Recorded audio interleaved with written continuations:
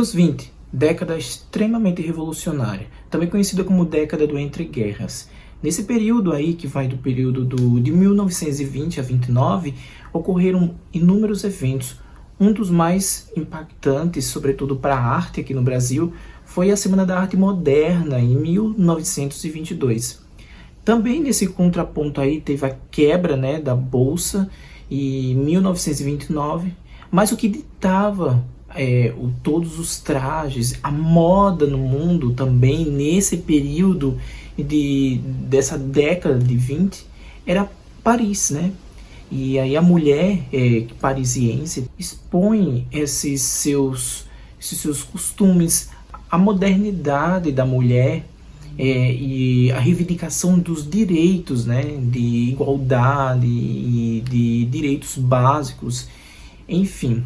Hoje eu quero falar de um livro muito especial e que eu li recentemente, e um livro extremamente pertinente que estava assim esquecido na nossa literatura e que foi marcado também por esse período, né? Porque ele foi construído, ele foi gestado nesse período de 1920. E eu estou falando nada mais nada menos do que Enervadas, da Chrysantheme. A Chrysantheme, ela era uma autora nascida, né, nessa época e viveu intensamente essa época de 1920. Ela nasceu em 1870, faleceu em 1948, e aí ela usa esse pseudônimo, né, Chrysantheme, que o nome real dela é Maria Cecília Bandeira de Vasconcelos. É uma escritora que tem inúmeras obras, mas uma das obras mais importantes e esquecidas era esse Enervadas, que ele fala nada mais nada menos do que sobre a mulher da década de 20, né? Essa década que revolucionou toda uma história do feminismo. Enervadas é um dos primeiros livros brasileiros a trazer, né, um dos primeiros livros nacionais a trazer essa mensagem feminista, essa revolução da mulher da década de 20. Podemos dizer ali que foi o pioneirismo, né, do Girl Power, e ali desembancou e trouxe inspiração, né, para muitas mulheres.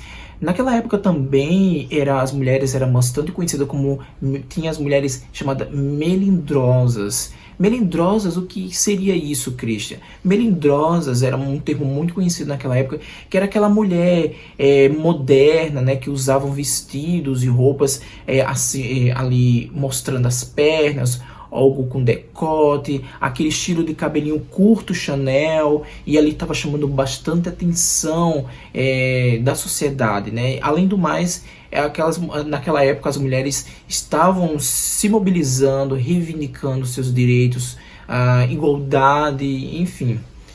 Foi uma década extremamente importante para a história do feminismo, para a história da mulher. Não só no Brasil, mas sim no mundo, né? Ocorreu essa revolução. E esse livro ele vai trazer alguns aspectos daquela época. Enervadas é um livro que me chamou extremamente atenção. É um livro fino, dá para você ler em um dia, mas é um livro extremamente reflexivo.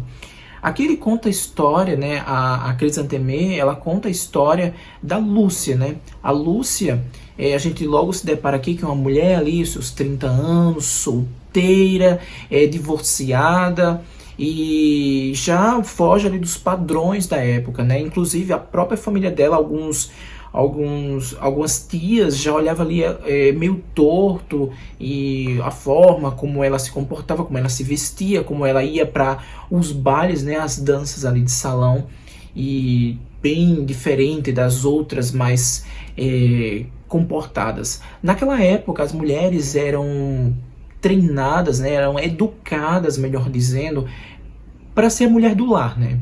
A mulher do lar recatada, que era educada para cuidar do marido, procriar, ter filhos, enfim, era esse o papel da mulher na época. Mas a Lúcia, ela já trazia esse aspecto da mulher girl power, da mulher revolucionária, da mulher que sempre via à frente do seu tempo. Isso é uma das características da Lúcia. Inclusive, não só ela, mas as amigas dela. A gente pôde ver aqui as amigas dela, uma era lésbica, a outra era mais despojada, saía com outros homens, com vários homens, tinha vários amantes.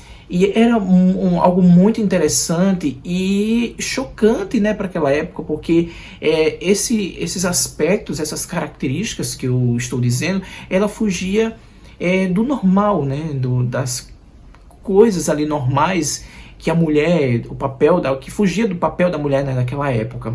E isso muito me chamou a atenção, esse desbravamento, né, da Lúcia.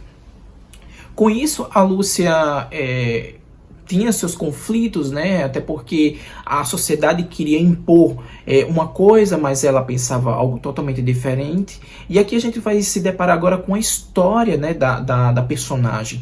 É bem interessante a construção da história dela, né? Ela pequena ali, perde a mãe bem cedo. E a mãe dela, inclusive, já tinha matriculado, ela estudava uma escola tradicional de meninas, onde as meninas, como eu disse anteriormente, elas eram educadas para ser donas de casa. E com a morte da mãe dela, né, a gente já vai ali sentir uma revolução enorme na vida da Lúcia. O pai dela já tem um pensamento diferente. O pai dela tirou ela dessa escola tradicional de meninas e colocou ela para ser educada em casa, com uma professora particular, e aí ela se viu mais liberta. A própria Lúcia fala isso. Após ela sair daquele momento enclausurado, né, daquele circo, né, feito naquela educação tradicional, ela se sentiu mais liberta, né, e eu achei esses pontos assim transcendentais, importantíssimos, e algo muito que reflete aquela época ali dos anos 20. Além disso, aí tem todo o crescimento, né, da Lúcia, os seus amores, a sua paixão pela dança, né, tanto que lá encontra um rapaz que já tem um outro porém que eu achei importantíssimo enfatizar aqui. Não seria um spoiler em si, que eu não vou falar os detalhes do livro, mas nesses bares, né, ela encontra uma pessoa e que ela se apaixona. Aí já foge um dos parâmetros principais, porque naquela época ainda existia muito dos pais acharem um casamento, né, um casamento arrumado. Mas não, ali o destino, ela encontrou o marido dela, assim, foi por acaso, foi um destino. E isso é bem notório no livro. Ela já foge desses parâmetros daquela época, né? E aí ela casa, vai vivendo sua vida, e tem inúmeros conflitos com esse marido dela. E o marido dela, eu não quero dar spoiler, mas dando spoiler, o marido dela começa a dar umas saídas estranhas. Por quê? Porque o homem naquela época, ele sentia uma espécie de liberdade, né? Então só o homem ele podia fazer determinadas coisas, a mulher casada ela teria que ficar em casa, enfim. Apesar que esse marido dela, né, quando eles se encontraram, ele era um cara assim, a priori, quando você começa a ler, bastante moderno, os seus pensamentos bem à frente ali dos homens, né, que daquela época, mas depois ele modifica, né, até porque a gente percebe que ele foi criado naquele regime, enfim. E aí ele começa a dizer que ela está doente, e inclusive ela acredita nisso, e ela vai para o médico. E é tanto que tem uns pontos extremamente importantes aqui que eu preciso ler para vocês. No início, não é um spoiler, e essa parte das enervadas, né? O que seria enervadas? O que seria essa doença misteriosa que a Lúcia ficou assim louca e com medo do que seria assim, algo muito grave? E eu vou ler aqui um trecho que vocês vão aí refletir um pouco sobre isso. E é o seguinte: ela foi, né, ao médico, e o médico dizia assim: minha senhora, declarou-me ele, depois de me ter fixado longamente com os olhos estranhos que luzia através dos vidros redondos dos meus pince-nez. Primeiro, esse texto aqui, né, da Chrysantheme, ele é permeado de vocabulário francês, vocabulário ali que era bem comum para aquela época, que você via a cultura francesa inserida assim, fortemente naquela década, né, de 20. Continuando. O que a transformou assim tão profundamente, a faz rir, andar e chorar sem motivo? O que a impele a amar e a odiar? O que a impulsiona hoje para o bem e amanhã para o mal?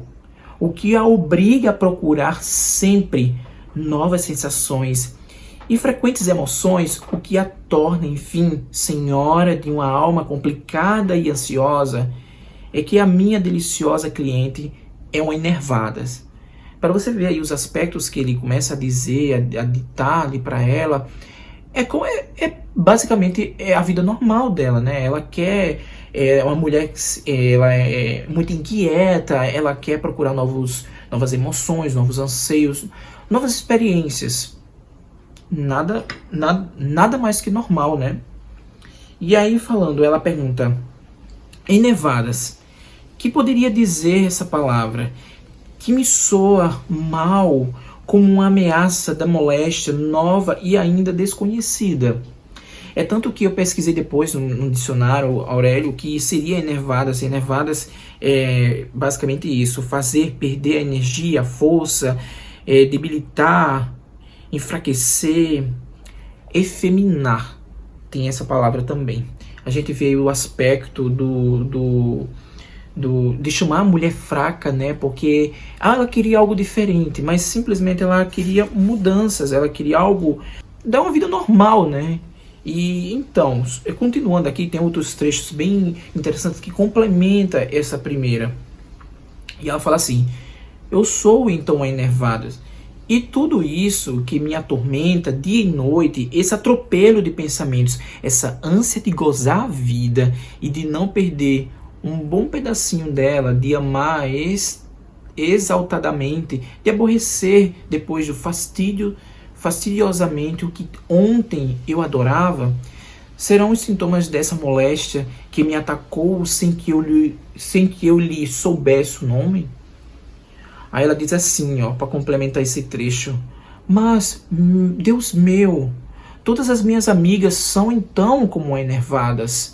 Para vocês verem, né, quando ela fala isso, soa como se todas as amigas dela se comportam como ela, se comportam com naturalidade, com normalidade. As amigas dela quer também algo, quer mudanças, né? É um pensamento bem progressista. Eu acho incrível isso, porque me parecem vítimas da mesma moléstia, né? Acesso, essa comparação, né, que ela que ela faz, né, com as amigas, e que as amigas dela sofrem a mesma característica ali que o médico está dizendo que ela tem.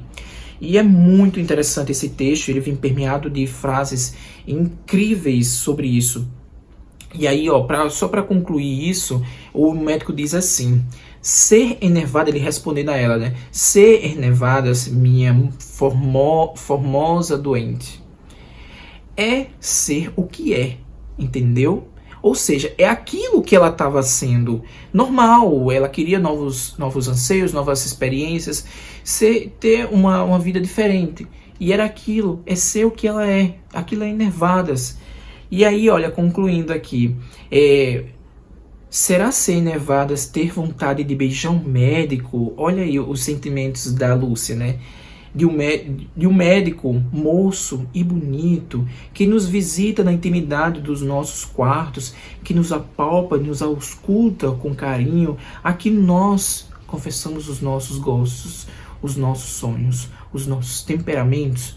E olha aqui o desejo dela, né? O desejo sexual, né? O desejo de possuir aquele homem bonito. Será isso enervadas? Gente, de uma beleza incrível, incrível. Eu estou apaixonado por esse livro. Eu é um dos livros mais... vai entrar para a lista, né, dos melhores deste ano. E aí tem uma frase aqui no final que eu quero contar para vocês. Esse livro me trouxe muitas reflexões sobre a condição da mulher nos anos 20. Era uma mulher bastante oprimida, né, pelo regime, pelos costumes. A mulher tinha que ser muito bem vestida, a mulher tinha que ser seguindo os padrões normativos daquela época, ela tinha que servir ao homem, ela tinha que procriar, ela tinha que ser ouvida, não diretamente, mas ter um interlocutor ali, que o homem era o seu braço direito.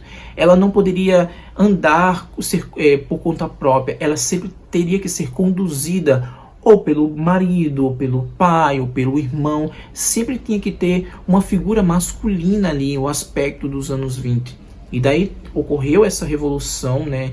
As mulheres ali nos anos 20, elas modificaram o seu pensamento, um pensamento bastante progressista, um pensamento de revolução. Ali podemos dizer que foi o início desse movimento Girl Power, né, que a gente viu aqui, ver no mundo, a reivindicação dos direitos, né, da mulher. Gente, é genial esse livro. Eu não sei porque ficou tanto tempo esquecido, talvez... na época, né, talvez pelo fato de que esse livro ele ia de encontro, né, com os costumes daquela época, isso traria conflito, talvez por isso ele ficou bastante esquecido. Através também, a gente pode perceber, pelo conservadorismo, que era muito grande naquela época, veio inúmeros conflitos, inclusive políticos, e aí impôs essas censuras, né? Mas aqui no final tem uma frase incrível, até porque ela fala sobre a questão do divórcio, né? Do divórcio naquela época, e que era diferente o comportamento da população para o homem e para a mulher divorciada. Vejam isso, olha esse discurso que eu achei genial, assim, para mim é um dos melhores do livro. Eu risquei o livro inteiro para vocês terem noção. E diz assim, ó: ao homem tudo é perdoado, explicado, permitido.